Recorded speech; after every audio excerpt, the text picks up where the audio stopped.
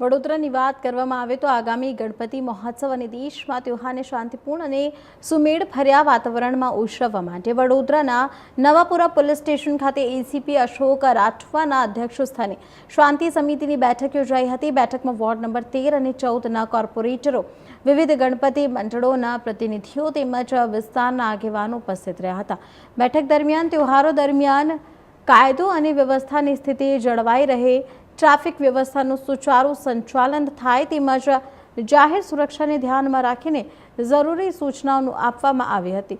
ACP Ashok રાઠવાએ તમામ Ganpati મંડળોને police તંત્ર સાથે સંકલન જાળવી તહેવારોની ઉજવણી કરવાની અપીલ કરી હતી અને ઉપસ્થિત પ્રતિનિધિઓ દ્વારા વિવિધ સૂચનો અને પ્રશ્નો રજૂ કરવામાં આવ્યા હતા, જેના નિરાકરણ માટે પોલીસ તંત્ર દ્વારા જરૂરી સહયોગ આપવાની ખાતરી પણ આપવામાં આવી હતી।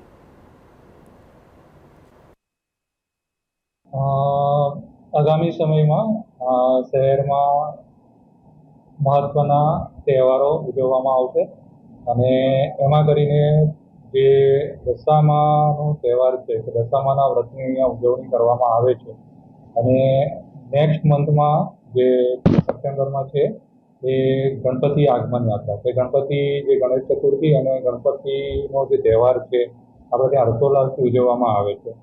તો એના કેટલાક સુપ્રીમ કોર્ટના ગાઈડલાઇન્સ હોય છે, પોલીસ કમિશનરના જાહેરનામા પડેલા હોય છે।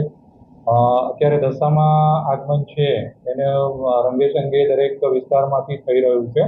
તો એમાં જે આયોજકો છે એમણે કઈ કાળજી રાખવાની છે, ગણપતિ આગમન વખતે આયોજકોએ કઈ કાળજી રાખવાની છે કે જે એમની મૂર્તિની સાઇઝ છે એ 9 ફૂટ કરતાં વધારે ના હોવા જોઈએ, કેમિકલ કલર્સ ના હોવા જોઈએ, માટીની મૂર્તિઓ હોવી જોઈએ અને દશામાં આગમનમાં પણ જે મૂર્તિની સાઇઝ છે એ ડિફાઇન હોવી જોઈએ, એના વિસર્જનનો રૂટ છે એ ક્લિયર હોવા જોઈએ।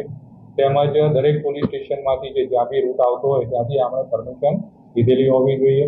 તેમજ ડીજેના જે નિયમો છે ડેસિબલ પ્રમાણે 10 વાગ્યા પહેલાં ડીજે બંધ થઈ જવા જોઈએ અને સાઉન્ડ લિમિટ કરવા એ ડીજે વધારે ના જોઈએ।